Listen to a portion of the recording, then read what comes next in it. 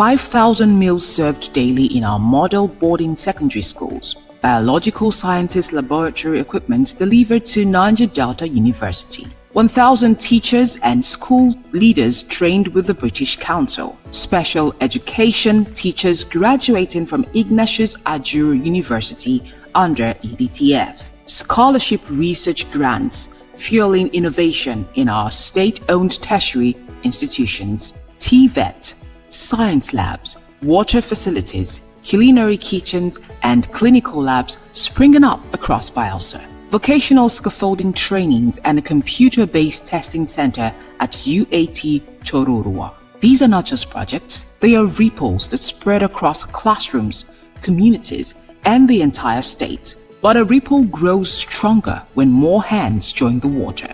So whether you're an organization, or a corporate partner, or an individual who believes in education, you can be part of this ripple. Support EDTF and help us expand Ripple. Donate, partner, or volunteer today. Together, let's transform our educational landscape. EDTF, building futures and putting smiles on faces. Live television reaching you from Bielsa's capital city, Yanagua. This is the news desk at this hour.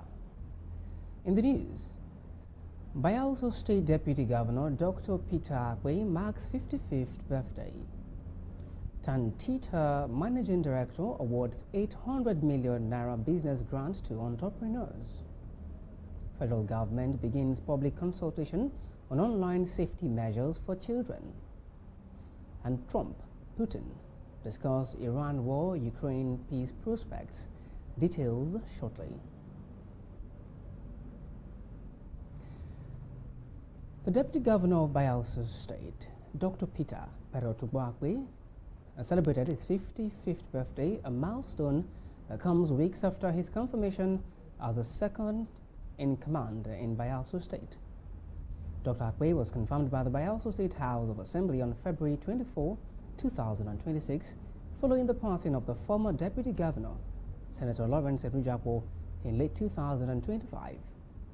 As tributes continue to pour in from across the state and the Niger Delta region, Dr. Akwe has reaffirmed his commitment to supporting Governor Doye Diri in advancing the prosperity agenda, particularly in the areas of human capital development and infrastructure.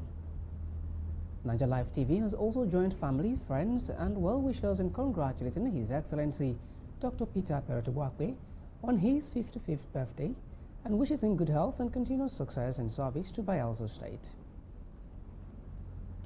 The Managing Director of Tantita Security Services Nigeria Limited, High Chief Kestin Ebimobowe Pandey, has awarded a total of 800 million naira to 80 entrepreneurs under the second edition of the Kestin Pandey Business Grant.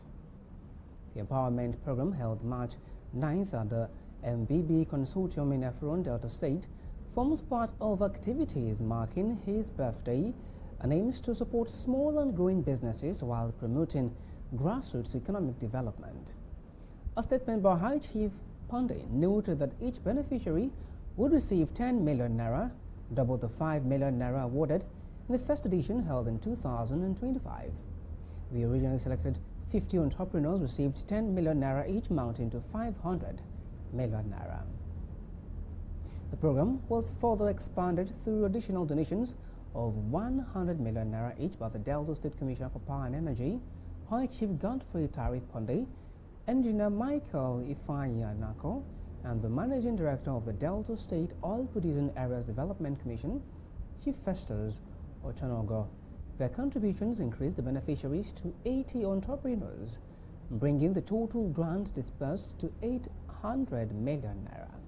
The event attracted government officials, business stakeholders, community leaders, and the members of the Tantita management team, while a special birthday presentation was also made to High Chief Kestin Pandey in recognition of his support for entrepreneurship and economic development. The federal government has launched a public consultation to gather opinions on measures aimed at protecting children online, including the possible introduction of age restrictions for social media platforms. A statement by the Minister of Communications, Innovation and Digital Economy, Dr. Bosun Tijani, said the consultation would help shape policies designed to address growing digital risks facing children. Dr. Tijani noted that while the Internet provides opportunities for learning, creativity and communication, it also exposes children to threats such as cyberbullying, harmful content, online exploitation, misuse of personal data, and emerging risks associated with artificial intelligence tools.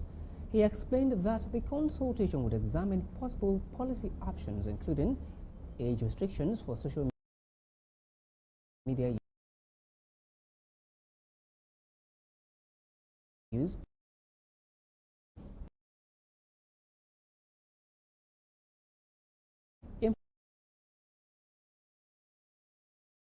improved age verification systems, stronger platform accountability measures, and enhanced regulatory oversight to ensure effective protection of children in Nigeria's digital space.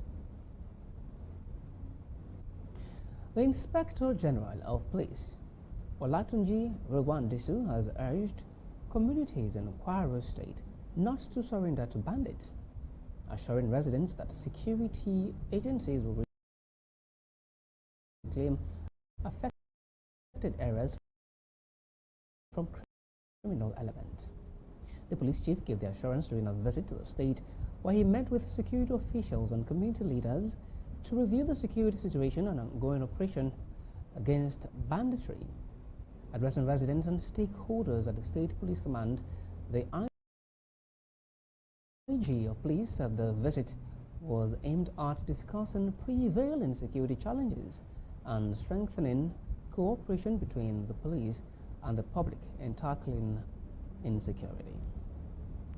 And now, outside our shows, the Vatican has announced that Pope Leo has accepted the resignation of a Catholic bishop in San Diego who was arrested by local authorities on suspicion of stealing $250,000 from his congregation.